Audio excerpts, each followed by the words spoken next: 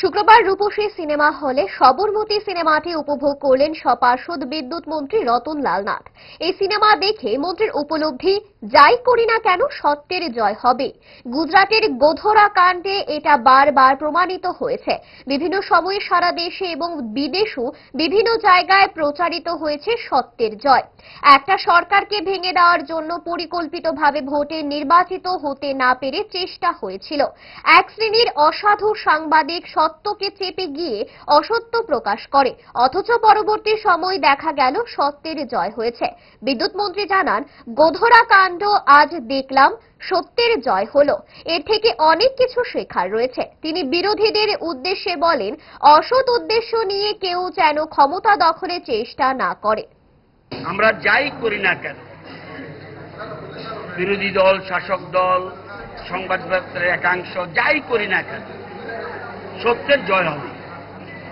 এবং এটা গোধরা কাণ্ডে বারবার প্রমাণিত হয়েছে এবং বিভিন্ন সময়ে, এবং এই জন্য সারা দেশে এবং বিদেশেও বিভিন্ন জায়গায় আজকে প্রচারিত হয়েছে যে সত্যের জয়। একটা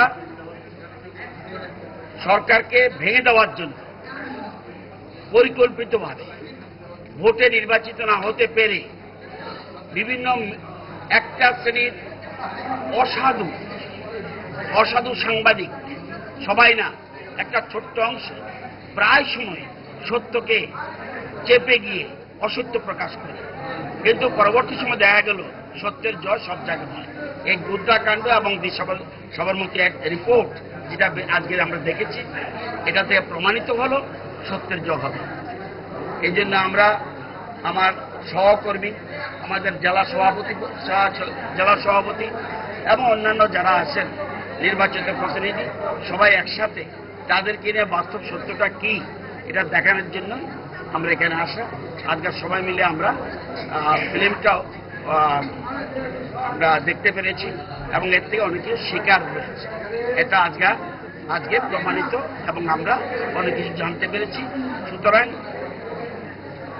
বিরোধীদের বলবো, খুদা কি দরবার মে দের হ্যায় আন্দেরা নেই।